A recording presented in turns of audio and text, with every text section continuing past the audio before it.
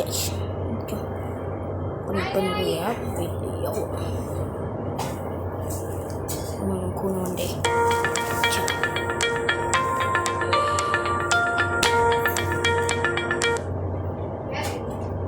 Bagi yang tertarik dengan video ini, channel like, share, subscribe, bell icon दबाओ।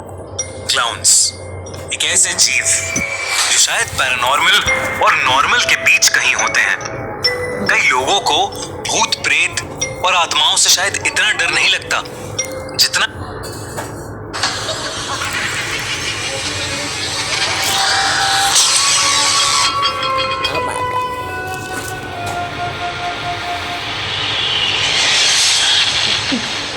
आज एना का birthday है। वो पूरे 13 साल की हो गई है। उसके बर्थडे पर उसकी मॉम मेगन और डैड स्टीव ने पूरा घर सजाया है, पर एना ने सुबह से अपना कमरा ही नहीं खोला। एना, ओपन द डोर बेटा। देखो, तुम्हारे पापा और मैंने तुम्हारे बर्थडे के लिए पूरा घर डेकोरेट किया है। एना, जिद नहीं करते, जल्दी से बाहर आओ। आप अपनी मॉम को परेशान मत करो। मेगन और स्टीव के कई बार बुलाने पर भी कोई जवाब नहीं आया। अंदर से बस सिसकियों की आवाज आ रही थी। वो आवाज सुनकर एना के पेरेंट्स थोड़े परेशान हो गए। उन्होंने फिर से एक बार एना को दरवाजा खोलने के लिए कहा, तो एना उन पर चिल्ला पड़ी, बस करो, प्लीज बस करो।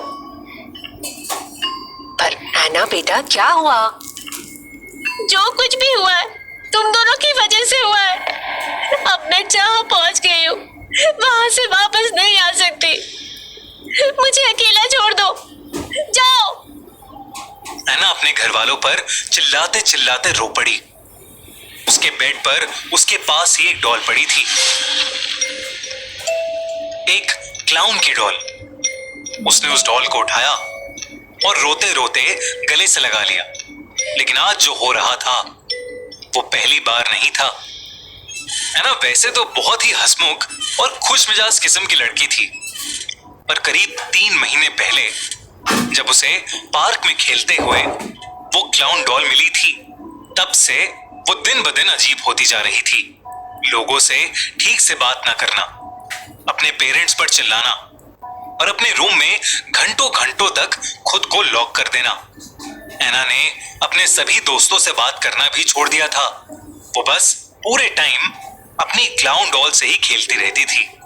पहले तो एना के पेरेंट्स को लगा कि शायद बच्चों के अंदर टीनेज की उम्र में ऐसे बिहेवियर चेंजेस या बदलाव आते ही हैं।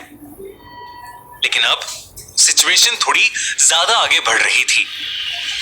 एना के ऐसे बुरी तरह चिल्लाने के बाद एना की मॉम मेगन के भी आंसू आ गए थे। एना के डैड स्टीव ने मेगन के कंधे पर हाथ रखा और मेगन को दिलासा देते हुए वो उसे एना के कमरे के दरवाजे से दूर लेकर चला गया। लेकिन एना के साथ अंदर कोई और भी था। वो क्लाउन डॉल अब एना के पास नहीं थी, बल्कि एना के पास खुद एक क्लाउन बैठा था जो एना के आंसू पोंछ रहा था। एना की जिंदगी में जो कुछ भी घट रहा था वो बहुत अजीब था, लेकिन उससे भी कुछ ज्यादा ही अजीब होने वाला था उस रात, जो बैरिक टाउन के हर एक इंसान का दिल दहला देने वाला था। रॉबिन, एक टीनेजर, अपने दोस्तों के साथ हैंग आउट करके वापस घर लौट रहा था।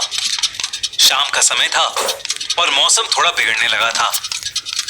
एकदम से बादल गरजने लगे और आसमान में अंधेरा छा गया। जोरों की एक बिजली कड़की और बहुत तेज बारिश शुरू हो गई। रॉबिन को अब अपनी बाइसिकल चलाने में बहुत दिक्कत हो रही थी, पर वो किसी तरह आगे बढ़ता जा रहा था। लेकिन आगे बढ़ते हुए अचानक से उसके सामने कोई आ गया। कोई अपने हाथ में बड़े सारे गुब्बारे लिए रोड के ठीक सामने खड़ा हो गया था। वो कौन था पता ही नहीं चल पा रहा था, क्योंकि उसका चेहरा गुब्बारों के पीछे ढका हुआ था। रॉबिन को कड़कती बिजली और बारिश में कुछ भी ठीक से नहीं दिख रहा था। ताकि वो उस इंसान से टकरा न जाए, इसलिए उसने जल्दी से अपनी बाइसिकल का हैंडल मोड़ा और उसके हैंडल मोड़ते ही उसकी बाइसिकल रोड पर फिसल गई और रॉबिन धम से जमीन पर नीचे गिर पड़ा। गिरने की वजह से उसके पैर में चोट लग गई थी। रॉबिन नीचे जमीन पर गिरा हुआ था और जब उसने आसपास उस इंसान को देखने की कोशिश की जिसका चेहरा गुब्बारों के पीछे छुपा हुआ था, तो वो इंसान दूर दूर तक कहीं नहीं था। फिर अचानक बिजली कटी और वो आदमी रॉबिन के ठीक सामने आ गया। Hello, surprise surprise. रॉबिन के सामने कोई और नहीं बल्कि एक भयानक दिखने वाला क्लाउन खड़ा था, जिसे देखते ही रॉबिन कांप उठा। लेकिन इससे पहले कि वो कुछ कर पाता या कुछ कह पाता,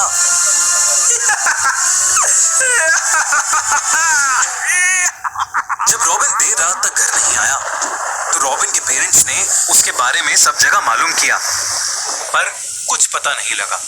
जब कहीं से कुछ भी इंफॉर्मेशन नहीं मिल रही थी तो उन्होंने पुलिस को खबर की। पूरे शहर में रॉबिन की खोज शुरू हो गई। छानबीन के दौरान एक पुलिस कार उसी रोड से गुजर रही थी जिस पर रॉबिन कुछ देर पहले अपनी बाइसिकल से गिरा था। वो पुलिस कार एक जगह आकर रुकी। वहीं पास में रॉबिन की बाइसिकल भी गिरी पड़ी थी। उस कार में से दो ऑफिसर्स उतरकर रोड के दूसरी तरफ के एक पेड़ को देखने लगे। दोनों के चेहरे का रंग पीला पड़ गया था। जल्दी से सर को फोन लगा।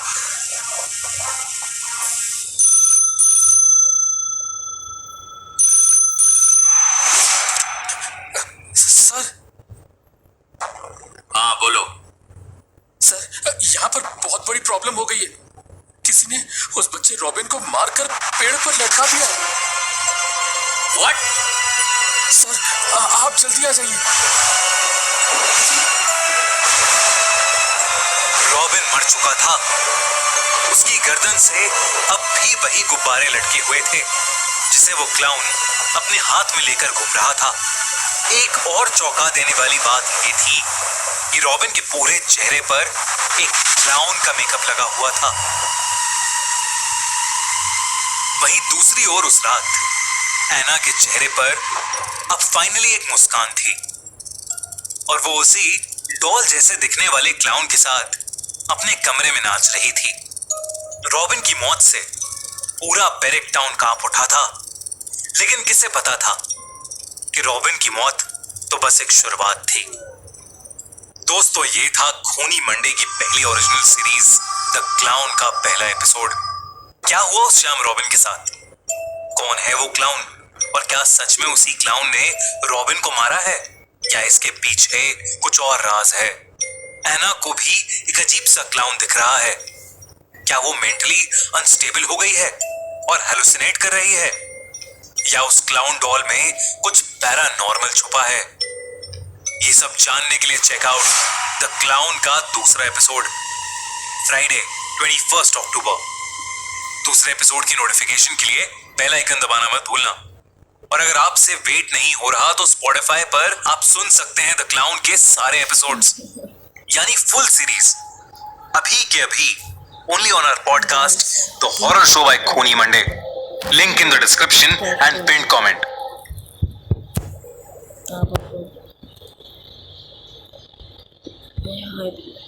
हम लोग बात करने वाले खूनी मंडे के बारे में। तो इनका एक काफी पॉपुलर चैनल है जो कि हॉरर वीडियोस अपलोड करता है and he has over 3 million subscribers. वो अपने लेटेस्ट वीडियो में बताया कि अपना फेस रिवील कब करने वाले हैं, आप खुद सुन लीजिए। इस हैलोवीन का दिन मंडे है, तो हुआ ना ट्रू सेंस में खूनी मंडे। और हैलोवीन के खूनी मंडे पर हम कर रहे हैं फाइनली अपना फेस रिवील। हम लोग बात करने वाले खूनी मंडे। डॉक्टर जार्की एक डॉक्टर होने के साथ एक साइंटिस्ट भी थे। स्कॉटलैंड में मौजूद, कनाडा में मौजूद फेयरमाउंट स्प्रिंग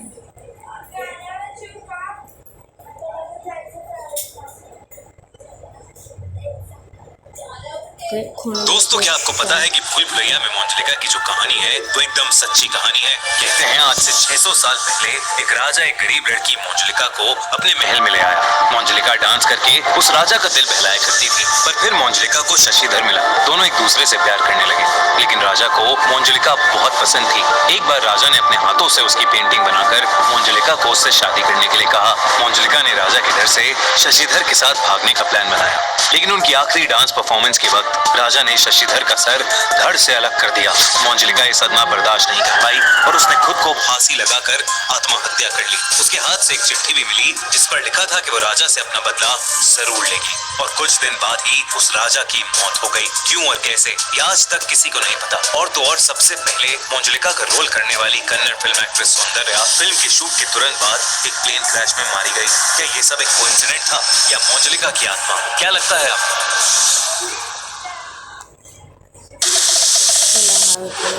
सर ये हमारा आणि खोली मध्ये तेव्हा फेस रिव्ह्यू आहे सेकंड पार्ट येईल तेव्हा मी बनवीन. ओके तो अशा ठिकाणी तुम्ही बाय बाय.